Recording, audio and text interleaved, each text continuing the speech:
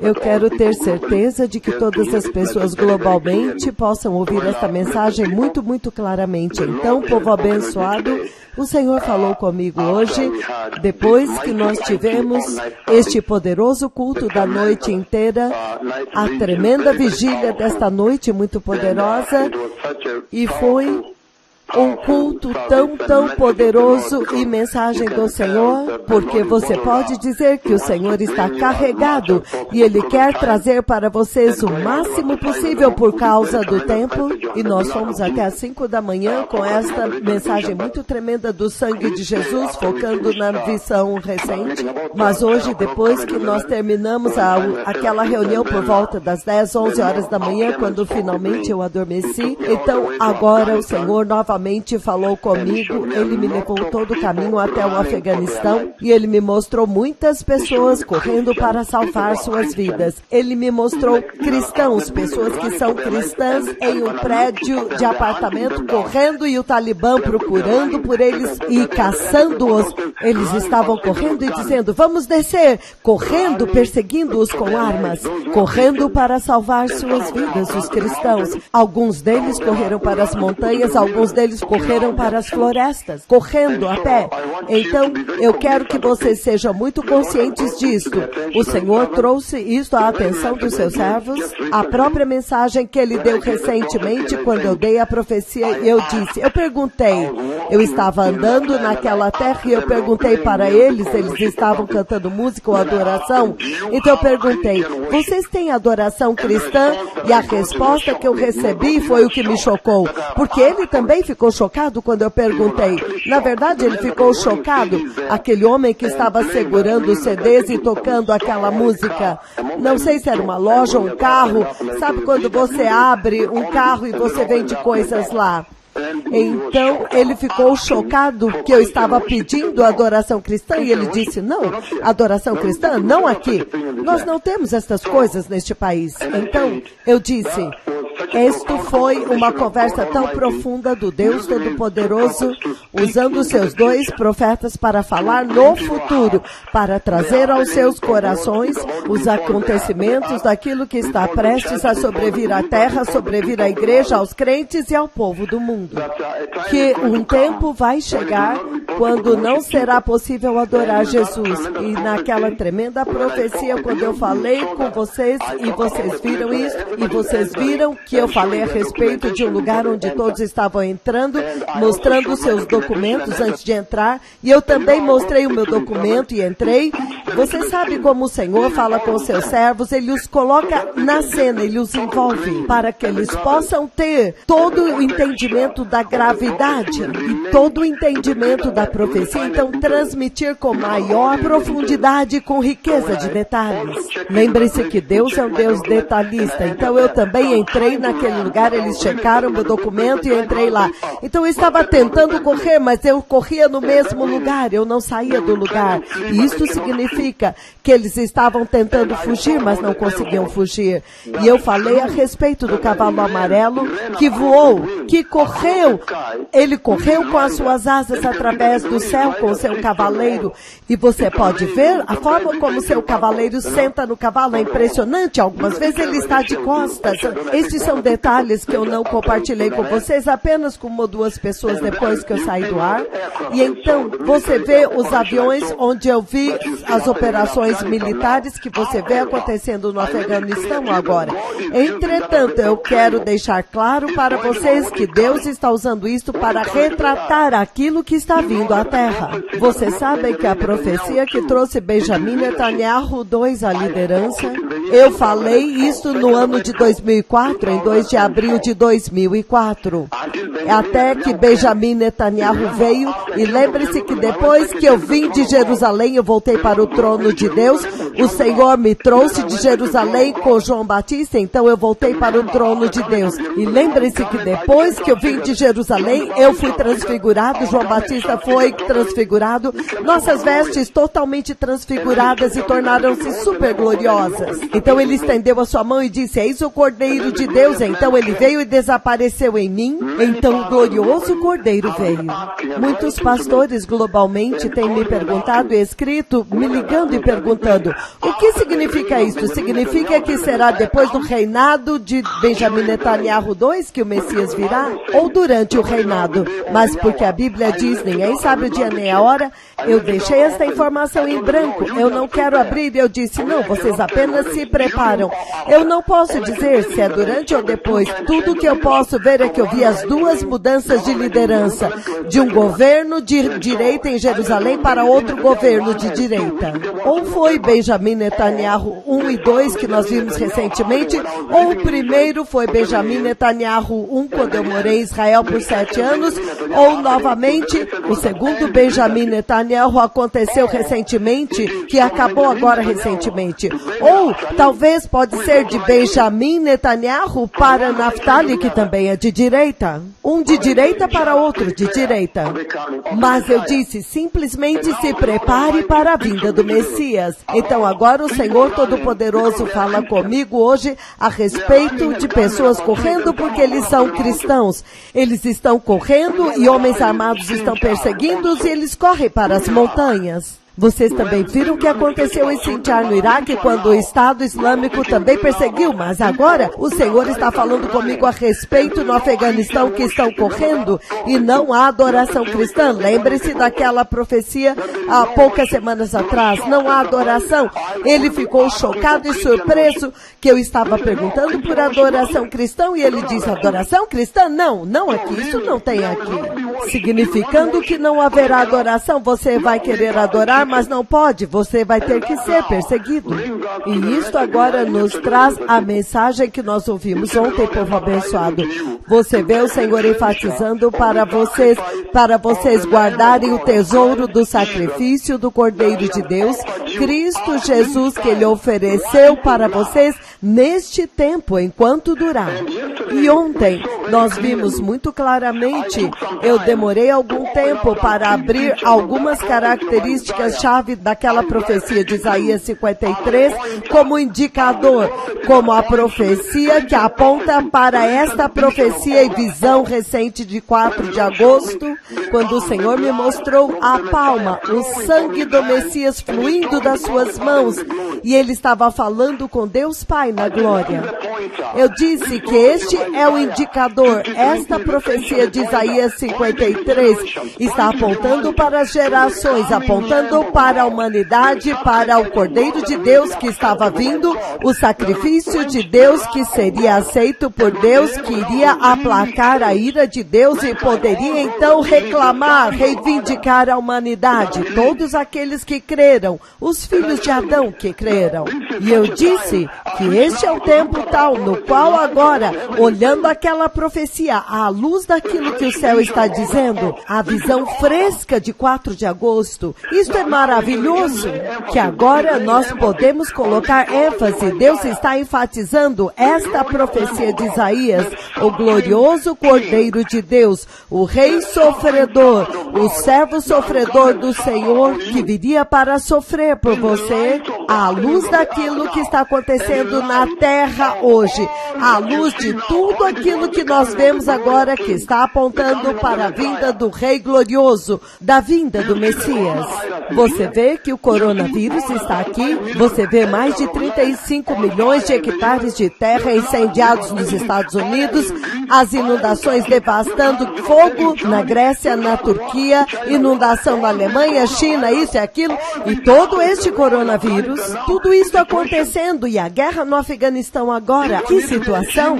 Você não precisa ser um gênio para saber que certamente o Messias está vindo, e é por isso que Deus está trombeteando um toque de despertar, Ele está trombeteando um chamado agora para que todos agora se arrependam. Mas em vista da profecia que foi dada hoje, esta é a segunda vez que ele está falando a respeito de perseguição de cristãos, perseguição de crentes, significando que já está aparecendo, já está no horizonte, está vindo. E ontem nós vimos, quando eu fui com vocês em uma pequena jornada que acabou às 5 horas da manhã, nós vimos muito claramente que eu me esforcei, eu realmente dei um passo à frente para ressaltar a condição do povo. Eu disse na profecia de Isaías 53, há 3 atores principais lá. Quando você lê aquela profecia, você os ouve falando, os 3 atores principais. Um ator é o próprio Deus Pai. E o segundo ator é o servo sofredor do próprio Deus, o próprio Messias, o Redentor, o próprio Salvador. O terceiro ator somos nós, os nossos pecados, o nosso sofrimento, a nossa dor, é o povo que ele veio redimir. E você vê que ele vem em pureza.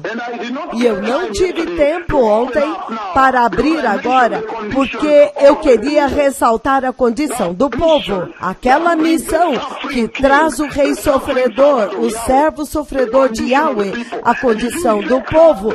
E você vê que ele assume a condição do povo. Então agora você ouve, a nossa tristeza caiu sobre ele, as nossas dores sobre eles. Ele tornou-se um homem de dores, familiarizado com o sofrimento. Que maravilhoso Salvador! Quem pode rejeitar uma salvação como essa tão poderosa?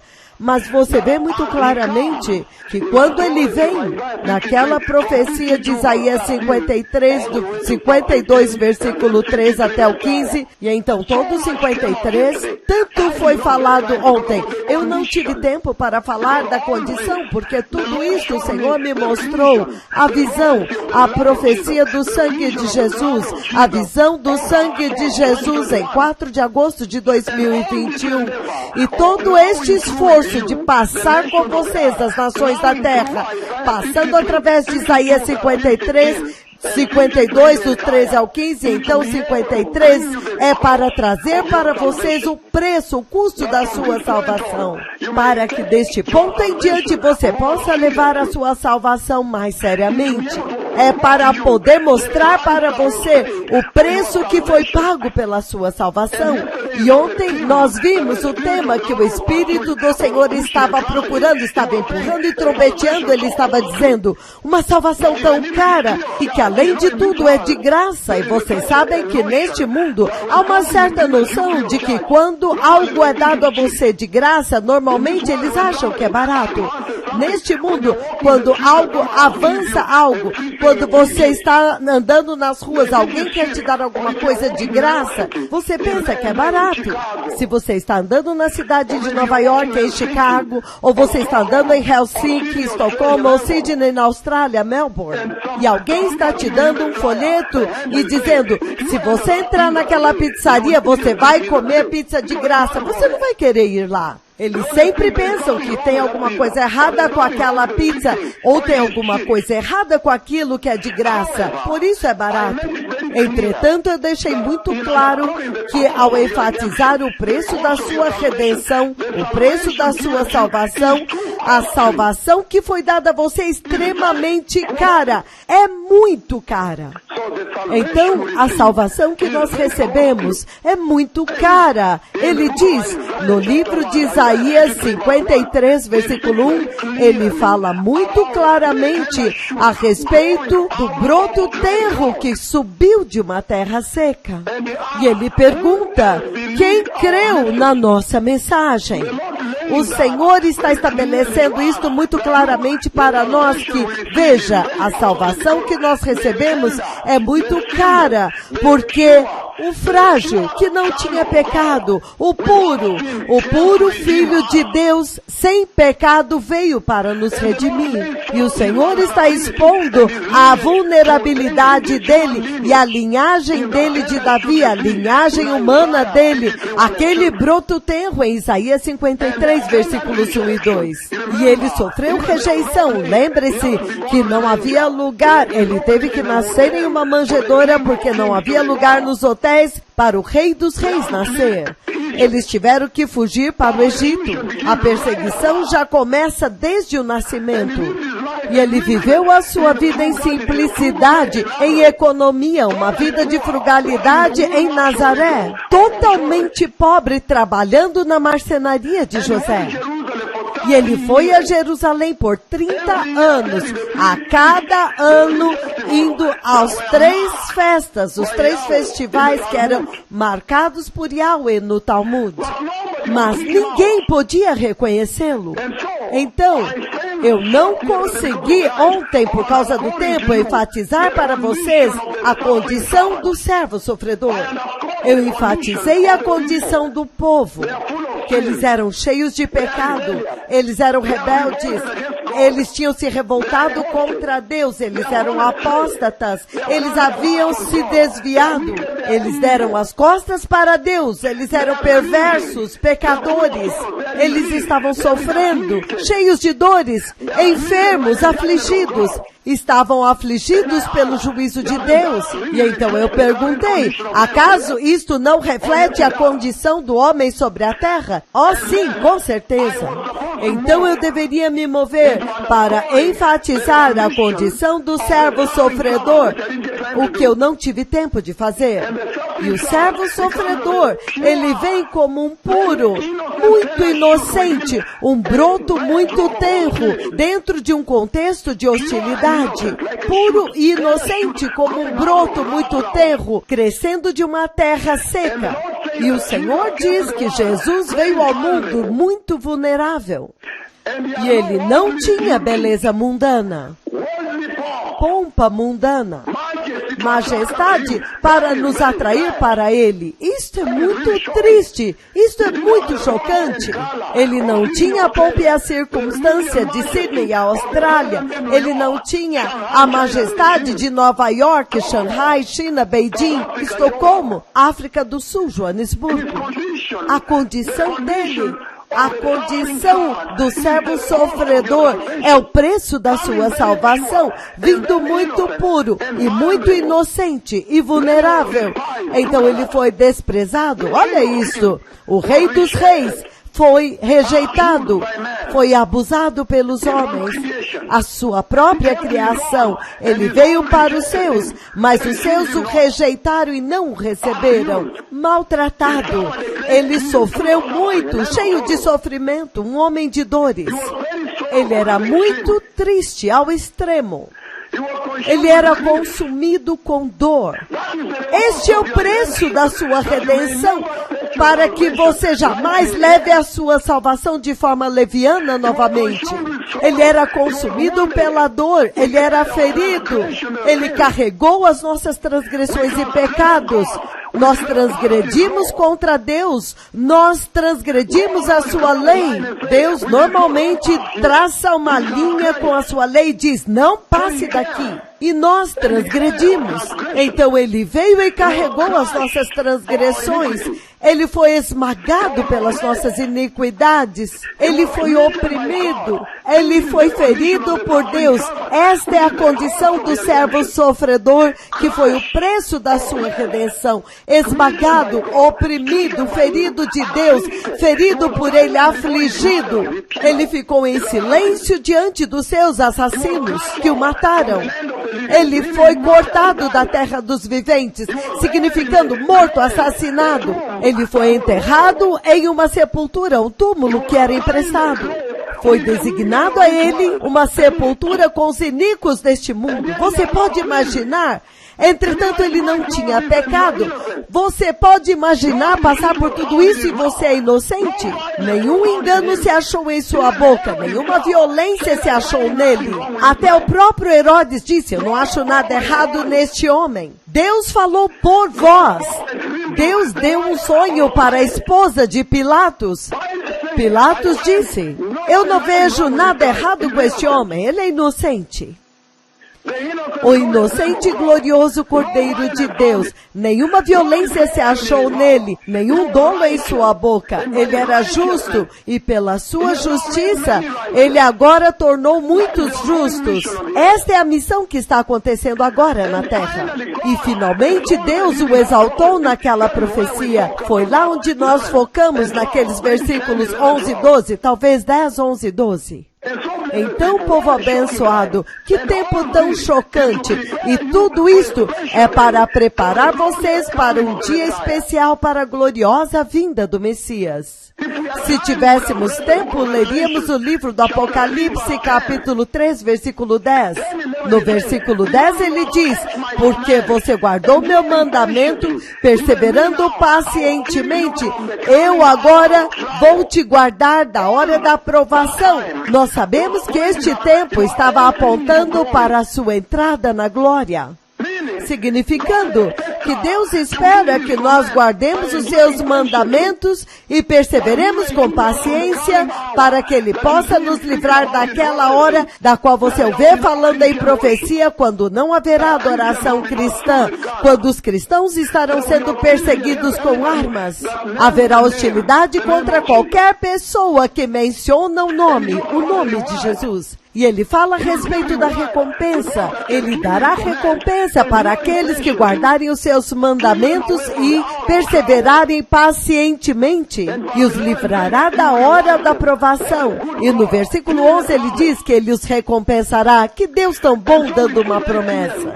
E então nós vemos muito claramente na mensagem tremenda de ontem sobre o servo sofredor de Deus, que Israel estava caída, e o Deus de Israel decide agora revelar-se a si mesmo para Israel. Que tudo o que eles sabiam do Talmud nas suas escrituras foi reprovado, foi provado errado. E agora Deus queria revelar a si mesmo para Israel. O Deus de Israel quer revelar-se a si mesmo para Israel. Cuidado quando você lê a sua Bíblia com uma mente teológica e teosófica humana. Vejam a vinda destes dois profetas. Ele derrotou totalmente os paradigmas e os padrões e as teorias e as filosofias dos teólogos humanos desta terra. Vejam como nós estamos ministrando na terra. Veja de que lado da terra. Muitos deles já tinham predito, de que lado, a cor da pele. A mesma coisa aconteceu com Israel, está acontecendo aqui. O Deus de Israel está se revelando em Israel. E ele me mostra tudo que Israel sabia a respeito do Messias no Talmud. E ele reprovou, ele mostrou que estava errado. Quão chocante! Ele provou que eles estavam errados. Quão terrível, povo abençoado! E ele está dizendo claramente que quando a humanidade o ignorou e o rejeitou naquela era, até mesmo hoje, muitos o rejeitaram. Porque eles sabiam muito bem que o Messias iria revelar as profundezas dos seus corações, a iniquidade dos seus corações, que a luz veio ao mundo, mas os homens amaram mais as trevas do que a luz por causa das suas inclinações malignas. E eles o rejeitaram, porque de alguma forma eles sabiam que este homem podia revelar os segredos dos seus corações. Se você ver no livro de Lucas, capítulo 2, versículos de 29 a 35, quando Jesus finalmente é trazido ao templo de Deus, então Simeão vai e faz por uma profecia. Ele iria fazer com que muitos tropeçassem e revelariam os pensamentos dos corações de muitos em Israel. O Messias entrou no nosso dilema humano, na nossa confusão humana, e ele foi desprezado. E eles esconderam as suas faces para longe dele. Foi isso que ele falou ontem. E muitos se dissociaram dele. Eles temeram associar-se com ele quando ele curou o filho deles que era cego, ou ele curou os seus amados que eram aleijados. Eles temiam ser rejeitados pelos fariseus, que não criam nele. Eles o rejeitaram tanto. Acaso aquela rejeição que Israel executou não é a mesma rejeição de nós hoje, desta geração? Isto está simplesmente mostrando como que esta geração agora também o rejeitou. Eles também viram a cara quando eles ouvem a respeito de Jesus. O sofrimento de Cristo é um testemunho da nossa própria rebelião, povo abençoado. Os filhos de Adão. Adão caiu. E a linhagem de Adão, os filhos de Adão, tornaram-se tão orgulhosos. Os filhos e as filhas de Adão são filhos e filhas da queda. tornaram-se tão mundanos, são orgulhosos, que eles zombaram. Eles zombaram do Senhor Jesus, eles riram dele, escarneceram daquele que veio para redimi-los do pecado e da morte. Esta geração, na verdade, saiu para zombar dele, para rir dele, para escarnecer dele, caluniá-lo novamente. O Senhor está dizendo que este é um testemunho tão triste, que quando Israel zombou dele, riu dele, escarneceu dele, eles ficaram olhando de longe enquanto ele estava pendurado na cruz. E eles cuspiam no chão enquanto eles o viam na cruz. Eles o consideravam castigado por Deus, um criminoso. E ele diz, eles o rejeitaram. Um broto tenro saindo de uma terra seca. Quem creu na nossa pregação? Versículo 1 de Isaías 53. A hostilidade que eles manifestaram contra Jesus. E ele está dizendo que aquele foi um testemunho. Aquele é o testemunho. Aquele é um testemunho vivo de que aquilo que é precioso para Deus, aquilo que é precioso para o céu, é impressionante. Na verdade, não é precioso para o homem. Isto é uma acusação tão grande do quanto que o homem caiu, os filhos e filhas de Adão. Que aquilo que é precioso para Yahweh, na verdade, não é precioso para a humanidade, para o homem caído. Isso é impressionante, porque este é o reflexo de quão profunda é a queda. Quão profunda. Em Israel, naquele tempo, a simples menção do nome de Jesus invocava uma ira indescritível. E eles ameaçavam, e eles tinham ódio e prometiam matar. Eles tinham tanta raiva quando alguém mencionava o nome de Jesus, até o ponto em que eles queriam matar.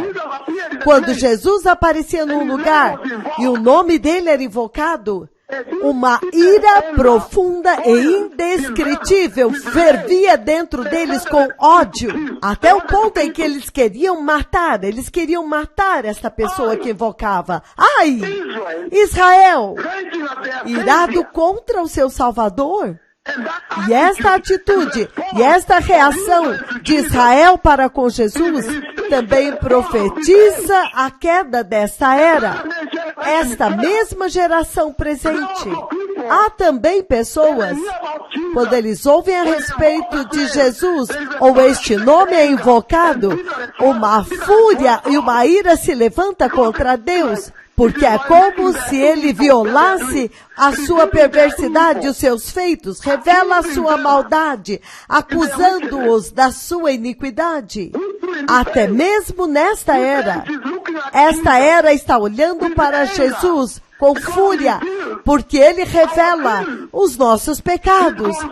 Ele está convencendo-os. Ai, é impressionante!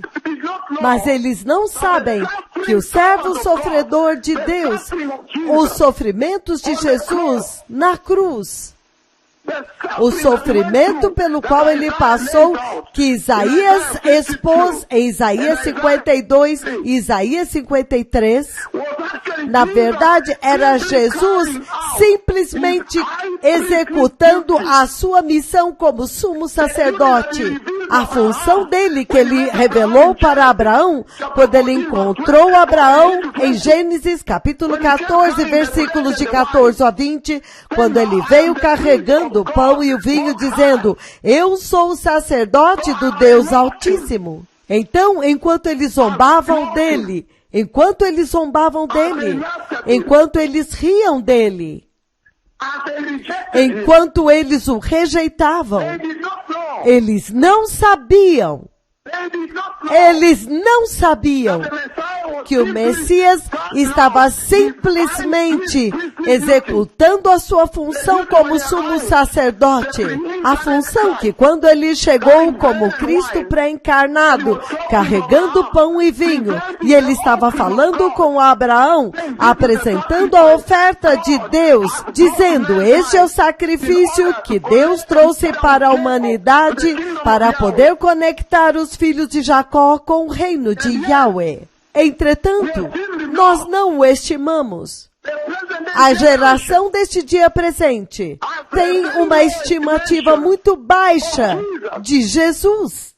Da mesma forma como aconteceu naquele tempo. E esta baixa estimativa de Jesus realmente fala de quão duros os corações se tornaram, que nós não podemos perceber o tesouro do Messias, o tesouro do céu, que nós avaliamos as coisas que o céu considera precioso, que Deus considera precioso, nós damos um valor muito baixo. Esta é a traição, uma chocante traição da natureza caída dos nossos corações. Que impressionante!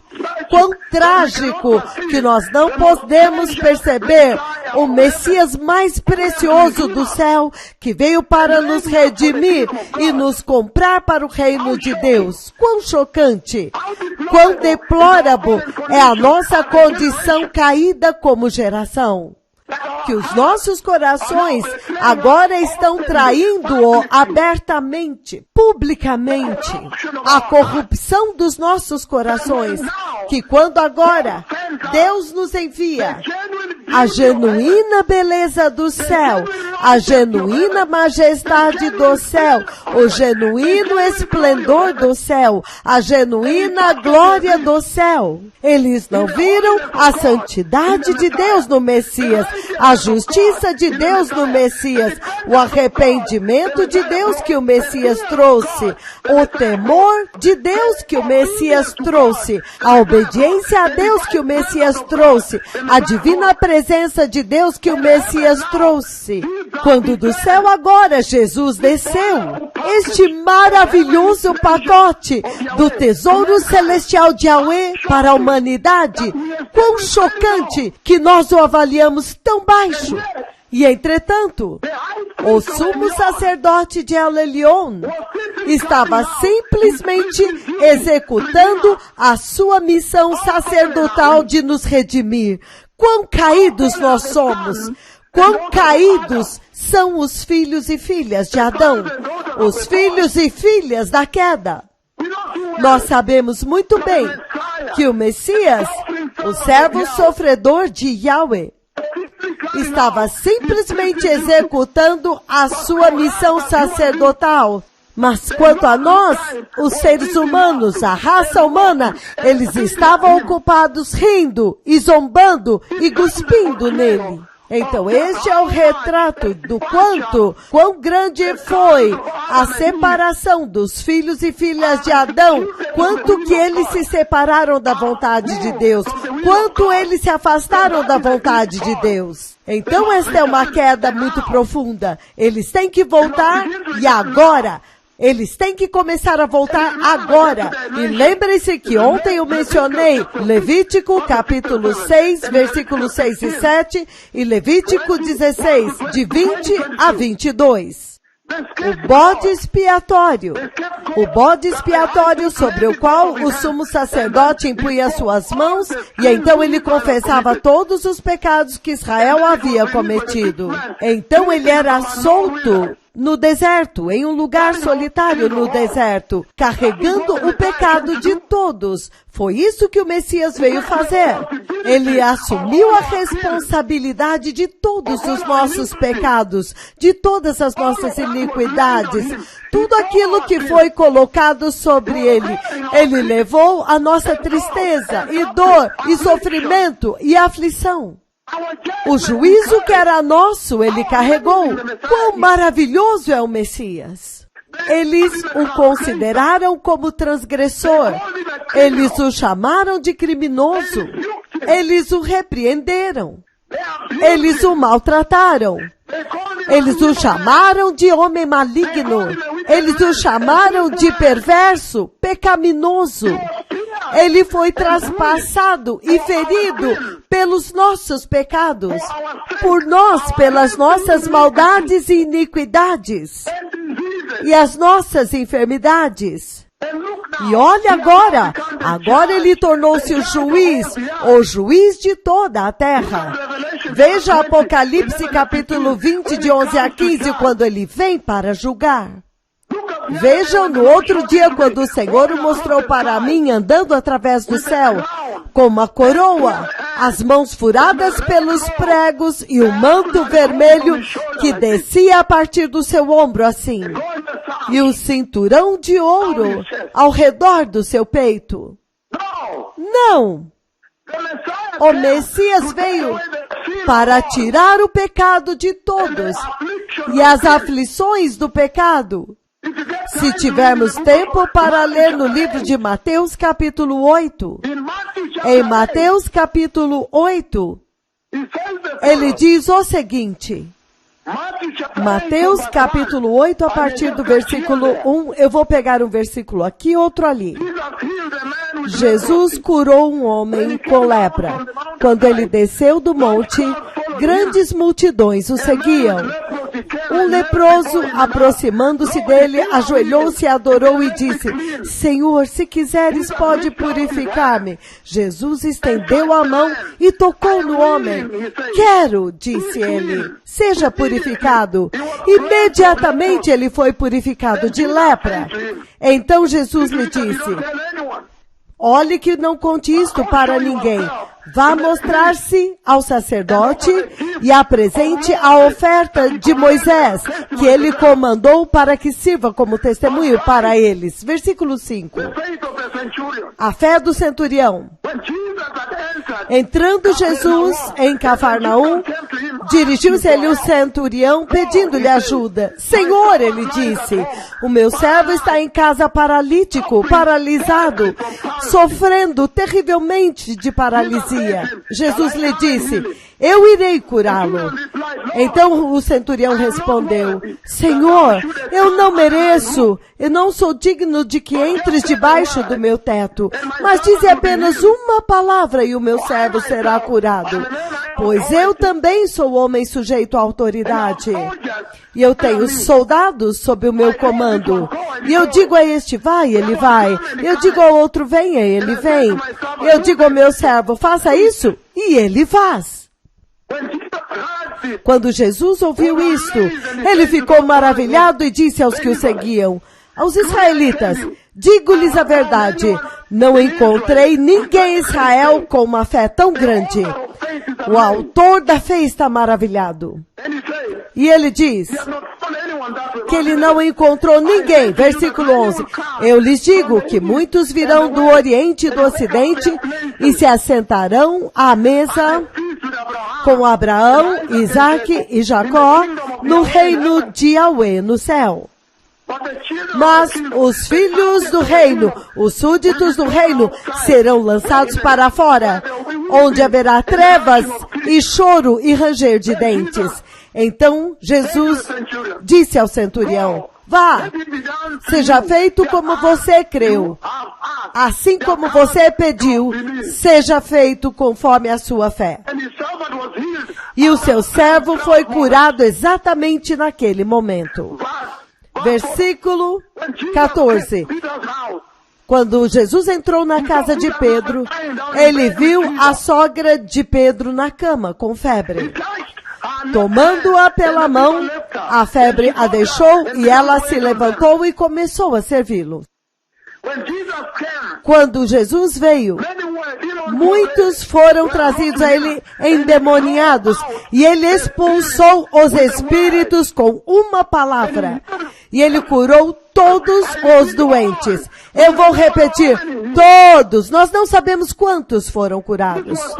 E assim se cumpriu o que fora dito pelo profeta Isaías, que ele tomou sobre si as nossas enfermidades E ele levou sobre si as nossas doenças. Ele estava simplesmente executando a sua função como sumo sacerdote.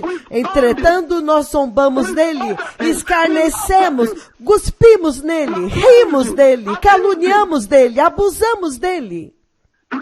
Hoje também, os aleijados estão andando. Ele está curando os aleijados usando os 2 profetas que ele enviou. Usando os 2 profetas que Deus Yahweh, Deus Pai, que ele enviou. O mesmo sangue de Jesus está levantando aleijados, abrindo olhos cegos, abrindo ouvidos surdos. Lepra é curada, câncer são curados, leucemia, novos úteros são criados. Novos pulmões foram criados em Litunda. O sangue de Jesus nos trouxe cura e salvação. A evidência é extremamente clara de que a corrupção física e a pecaminosidade conduzem à aflição física. Nós vimos isso ontem.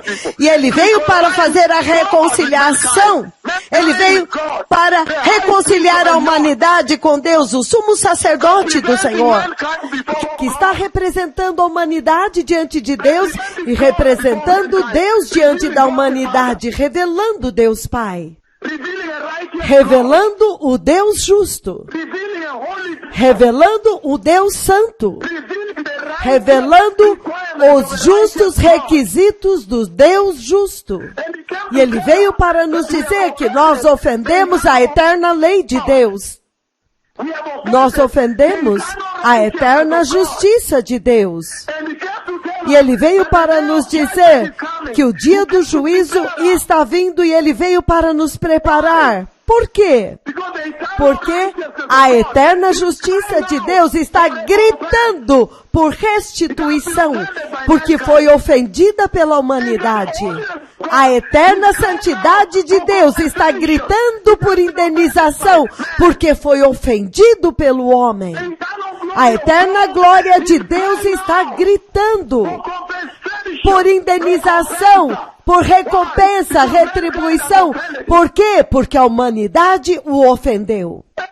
Hey! E é por isso que esta geração está sempre enfatizando misericórdia, misericórdia. Então vocês precisam entender que nós servimos um Deus santo e justo. E a justiça dele exige recompensa, indenização. E é por isso que ele nos disse para nos arrependermos e aceitar Jesus, para que por imputação ele possa nos dar a justiça de Deus, que ele mesmo tem como sumo sacerdote, para que agora a ira de Deus seja saciada.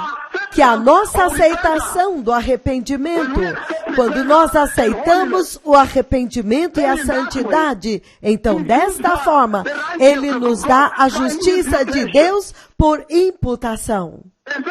E então agora nós podemos entrar no reino de Deus. Quão maravilhoso, povo abençoado! Esta geração de cristãos, eles precisam saber que Deus exige justiça. Deus exige santidade. Deus exige temor de Deus. Deus exige reverência a Deus.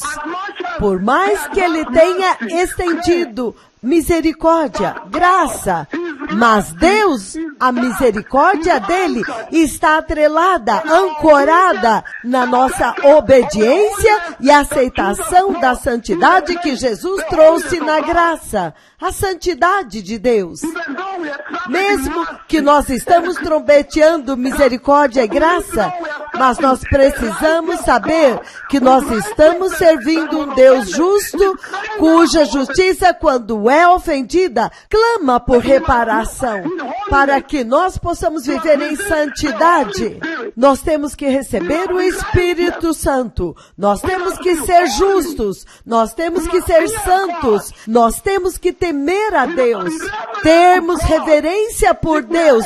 Se algum dia nós quisermos entrar no reino de Deus para o qual o sumo sacerdote, o Messias, veio.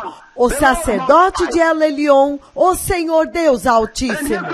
E ontem nós vimos que pelo seu conhecimento, versículo 10, pelo seu conhecimento, o seu servo, o justo, justificará a muitos, significando, ele intercedeu por muitos. Ele intercedeu por eles. Se você abrir no livro de Lucas 22, olha o que ele diz.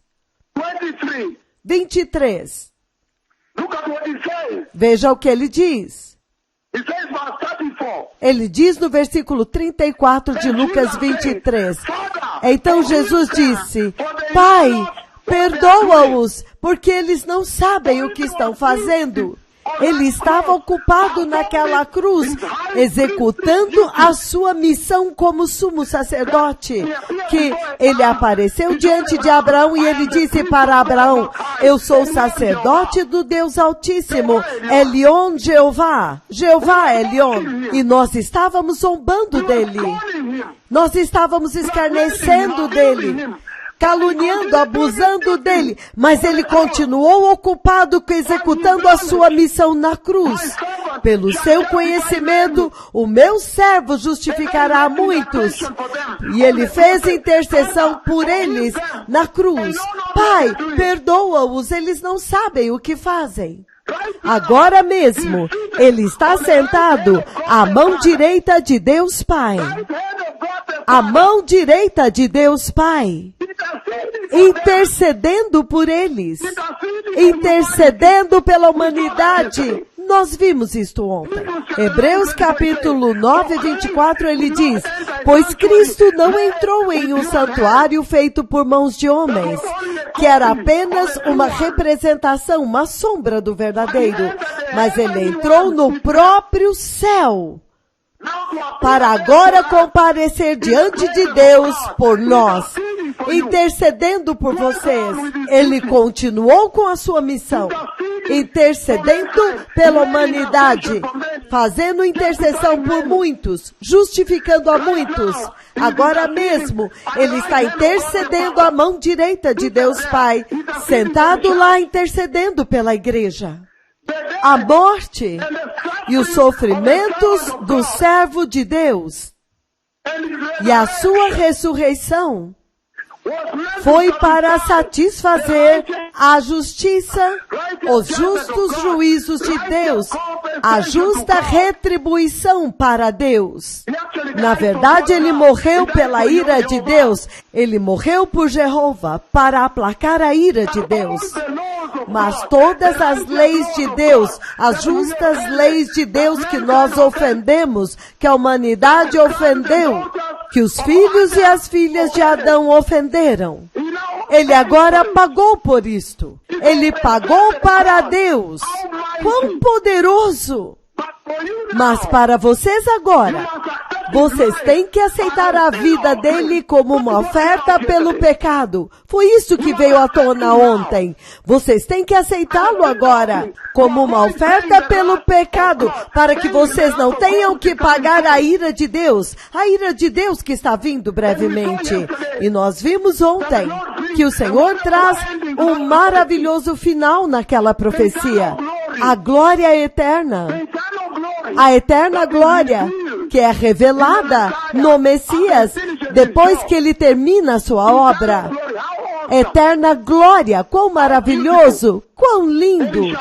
Então ele verá sua semente, verá sua descendência, significando que o povo pelo qual ele morreu agora tornaram-se sua família, seus filhos e filhas.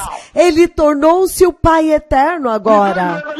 Então ele diz, Apocalipse 5, versículo 9, ele agora comprou todas as nações, todas as tribos, todas as línguas, todos os povos para o nosso Deus.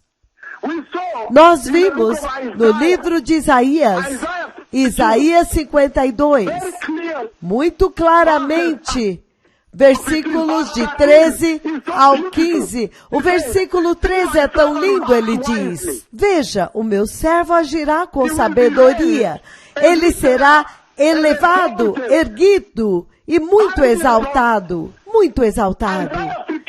Isaías 52, 13 nos dá o final desde o começo. como queria terminar em glória, que ele seria glorificado. Isaías 53, no versículo 11 ele diz, Isaías 53, muito claramente ele diz no versículo 11, ele diz, depois do sofrimento da sua alma, ele verá a luz da vida e ficará satisfeito. Agora, desfrutando da sua ressurreição, celebrando a sua vitória sobre o pecado e a morte. Pelo seu conhecimento, o meu servo, o justo, justificará muitos. Estes muitos representam a igreja. Por isso, eu lhe darei uma porção entre os grandes, entre os poderosos. Veja como terminou em glória. Termina com o Messias vindo e derrotando o diabo e reinando por 1000 anos. Termina com o Messias dividindo os despojos em Apocalipse 20, do 15 ao 20, julgando as nações. E ele diz que ele vai dividir o despojo com os poderosos, com os fortes. Veja o livro dos Salmos. Veja o que ele diz em Salmo 21. Salmo 21, versículos de 4 a 6. Ele diz, ele te pediu vida e tu lhe deste. Vida longa e duradoura, vida eterna. Pelas vitórias que lhe deste, grande é a sua glória. Tu o cobriste de esplendor e glória e beleza e majestade. Certamente tu lhe concedeste uma bênção eterna. Ele agora se torna o rei do universo. E o encheste de gozo com a alegria da tua presença. Veja como que ele prometeu para ele lá. E no Salmo 22, Salmo 22, 29 ao 31, ele diz, e todos os ricos da terra se banquetearão e o adorarão. Haverão de ajoelhar-se diante dele. Se ajoelharão diante dele, significando que agora ele vai desfrutar do esplendor do rei, para que aqueles que morreram agora vão ressuscitar pelo nome dele, para que agora, diante do nome de Jesus, todo joelho se dobrará. Até mesmo os que estão embaixo da terra e os que estão no céu. Vejam como Deus o glorificou agora. E ele diz que todos os que descem ao pó se ajoelharão diante dele. Aqueles que não puderam preservar as suas vidas, ele diz, a posteridade os servirá e as gerações futuras. Então ele diz que uma semente os servirá. As gerações futuras ouvirão falar do Senhor e proclamarão a sua justiça. Declararão para um povo que há de nascer, que foi ele quem fez. Então as pessoas agora receberão o Senhor. O triunfo dele agora é enorme. Agora ele é o rei do universo. Aleluia! Entretanto, quando ele veio como o tesouro do céu para executar esta poderosa agenda de Deus, toda esta missão de Deus agora se cumpriu. E nós zombamos dele. Os filhos e filhas de Adão, na sua condição caída, eles riram dele, cuspiram nele, zombaram dele, abusaram dele. Oh, que hora para o arrependimento! Se você não agarrar a graça agora, muito brevemente você não poderá encontrá-lo. Deus me mostrou pessoas correndo e eles estavam sendo perseguidos por homens armados por adorar a Jesus. O Messias está vindo.